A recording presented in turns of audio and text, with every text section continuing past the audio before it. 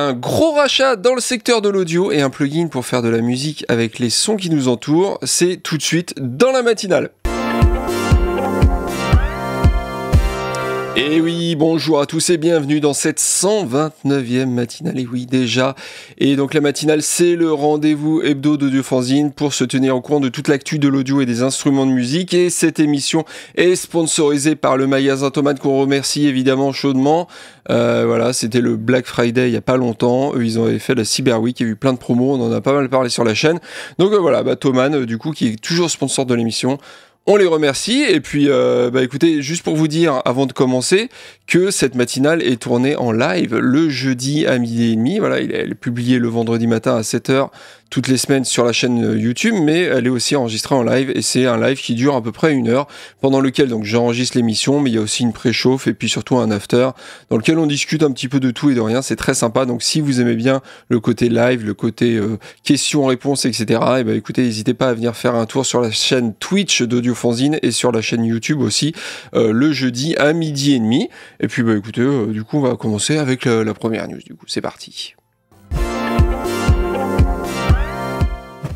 Et donc on commence cette matinale avec les Suédois de XLN Audio qui viennent de sortir un plugin dont le but est de générer des rythmes avec les sons qui nous entourent. Le logiciel s'appelle Life et il comprend donc un plugin compatible VST, Audio Unit et AX, mais aussi une appli iOS et Android pour capturer facilement des sons et les uploader de manière automatique sur le cloud de XLN afin d'y accéder facilement dans le plugin. L'appli est très simple, je l'ai essayé ce matin. On appuie sur Record, on donne un nom au son enregistré, une couleur, un logo et ça upload de manière automatique sur le cloud. Vous pourrez ensuite ouvrir le plugin dans votre stan et vous retrouvez donc tous vos sons enregistrés de manière automatique. C'est très très cool. Bon, vous n'êtes pas obligé d'utiliser l'appli non plus, vous pourrez aussi uploader des sons provenant de n'importe quelle source directement dans le plugin et ce dernier fera des propositions de rythme de manière automatique. Il faudra donc compter sur un accident heureux, comme on appelle ça, pour trouver son bonheur. C'est un peu le principe du plugin, même si on pourra forcer le destin en réglant 3 paramètres utilisant l'intelligence artificielle. Il y aura la densité, la syncope et la symétrie. On pourra aussi changer le tempo, le groove et la place du kick dans les patterns afin de coller plus facilement à notre compo ou à l'idée qu'on avait en tête. Que les bidouilleurs se rassurent aussi, on pourra quand même modifier pas mal de choses soi-même, vous le voyez à l'interface, qui fait d'ailleurs pas mal penser à XO du même éditeur, forcément. L'utilisateur pourra éditer les slices, mais aussi les steps séquenceurs de chaque son, leurs enveloppes, leurs effets, etc. etc. Quand vous aurez trouvé votre bonheur, vous pourrez l'exporter dans à peu près tous les formats, en audio, en MIDI, en stem. Bref, vous trouvez forcément ce qui correspond à votre workflow. Le prix de lancement est de 109 € avant de repasser à 149, donc allez l'essayer rapidement si ça vous intéresse. Il y a une version de démonstration gratuite, ça reste le meilleur moyen de savoir si ça correspond à vos attentes. Dites-moi dans les commentaires si vous êtes du genre à enregistrer votre machine à laver pour faire un beat avec. Voilà, moi je l'ai fait ce matin, alors j'ai juste enregistré la machine, pour l'instant j'ai pas encore fait le beat, j'ai pas eu le temps, il fallait que je prépare l'émission, mais voilà, dites-moi dans les commentaires si c'est votre genre ou pas, et puis on passe à la news suivante. Et on continue avec les Français du VI qui viennent de sortir un synthé virtuel. Ça, on était habitués venant de leur part, mais il faut savoir que c'est en fait le premier d'une série, car il n'utilise pas que des samples, mais aussi des tables d'ondes et il modélise en plus les filtres.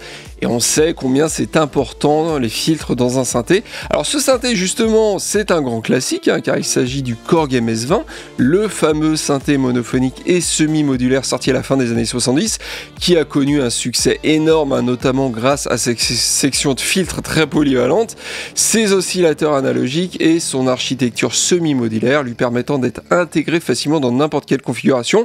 Donc le HX20 est le premier de la série HX qui s'appuie sur du sampling et de la modélisation physique. On est donc sur une technologie hybride à base de samples, mais aussi de tables d'ondes et de filtres modélisés. On aura plus précisément 2 couches de tables d'ondes et une couche de samples afin de se rapprocher au plus près du son de l'original, d'après l'éditeur bien sûr. Leur argument étant d'avoir capturé avec précision un MS-20 original. Côté spécification, sachez que vous aurez 222 presets, 13 000 échantillons arrangés en 182 couche et toute une partie de modulation avec pas mal de sources notamment. On a aussi le droit à un arpégiateur proposant des phrases déjà toutes faites et des effets comme une reverb, un délai, un drive, un chorus, un flanger, un égaliseur et un maximizer. Le prix de lancement est plutôt sympa, je trouve, c'est 49 € avant de repasser à 79, et si vous êtes abonné au Sonic Pass, bonne nouvelle, vous n'avez plus qu'à le télécharger, c'est inclus dans le Sonic Pass, donc dans le bundle. Dites-moi dans les commentaires si vous avez déjà un MS-20 virtuel ou réel, on sait jamais, et si oui, lequel. Et puis moi en attendant, je passe à la suite.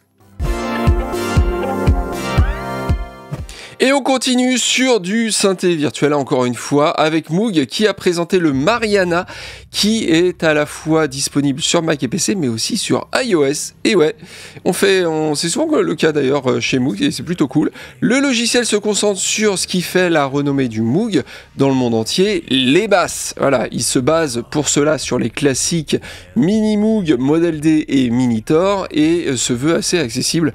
On peut d'après l'éditeur se confectionner des sons assez rapidement, du plus simple au plus complexe avec toute la partie matrice de modulation. Le Mariana est un synthé à 2 couches qu'on peut mélanger mais aussi jouer en duophonie. Chaque couche est construite autour de 2 oscillateurs et bien sûr un sub-oscillateur est de la partie afin d'ajouter tout le gras qu'on veut, et le gras on sait c'est la vie, rappelons-le quand même. 2 filtres résonance sont dispo avec un 3e spécialement pour le sub-oscillateur et ils vous permettront de réchauffer le signal en coupant les aigus ou de pousser une fréquence précise pour ajouter du mordant au son. On aime bien faire ça, nous, chez Audiofanzine, évidemment. Côté effet, on a une saturation à lampe, à bande, et un overdrive, et un compresseur pour l'effet glue dans vos lignes de basse. On a aussi un délai et un chorus pour étendre l'image stéréo si besoin. 200 presets sont inclus, et sachez que si le synthé est spécialisé dans les sons de basse, il peut aussi très bien se débrouiller dans les sons de type lead ou les percussions. C'est Moog qui le dit, c'est pas moi, allez essayer. Mariana est compatible MIDI, MPE et CV virtuel pour être modifié en temps réel par votre stade, mais aussi par les plugins Mooger Fooger. J'ai d'ailleurs fait une vidéo sur la chaîne à propos de ces effets, allez la voir si ça vous intéresse, le lien est dans la description de cette vidéo. Le prix de lancement est de 49 $ pour Mac et PC avant de repasser à 99, donc 50% de rabais quand même, c'est pas mal, et 15 $ pour la version iOS avant de repasser à 30.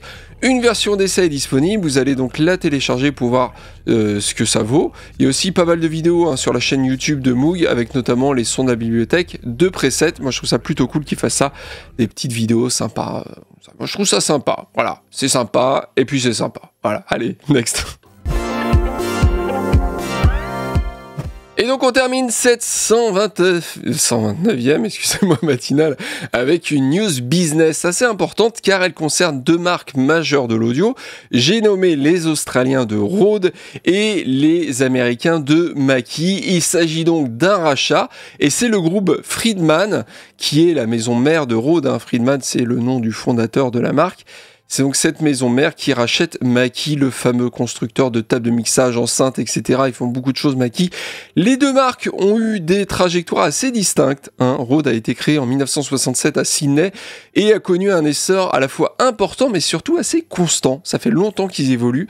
Ils ont commencé à fabriquer des micros statiques accessibles pour le studio et le home studio dans les années 90 et ont commencé à prendre une place importante sur le marché dès les années 2000 en posant notamment un pied sur le marché américain.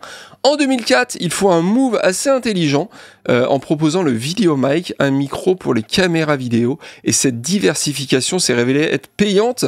On peut dire qu'ils ont eu du nez, car avec l'essor de YouTube et du vlogging, le marché a explosé, tout simplement. Et donc dans les années 2010, excusez-moi, pas 70, 2010, ils ont enchaîné avec le marché du podcast, et on sait que le podcast a aussi très très bien fonctionné, le marché a explosé, mais aussi le marché du micro sans fil. Voilà, tout ça fait que Rode est devenu une marque importante dans le domaine de l'audio, et c'est ce qui leur a permis notamment de racheter Mackie, une grosse marque dont le parcours est plus accidenté, mais dont le catalogue est parfaitement complémentaire avec Rode, car ils font à peu près tout, Mackie, même des micros, pas tellement de micros, mais quand même un peu de micros, mais ils font surtout des tables de mixage, des enceintes bien sûr, de manière historique, ils font ça depuis le début. Pour Mackie, c'est le 3e rachat de son histoire. Il y en a eu un en 2003, la marque était un petit peu dans la mouise à l'époque, suite à de très mauvais résultats et à un procès perdu contre Behringer notamment, on s'en rappelle.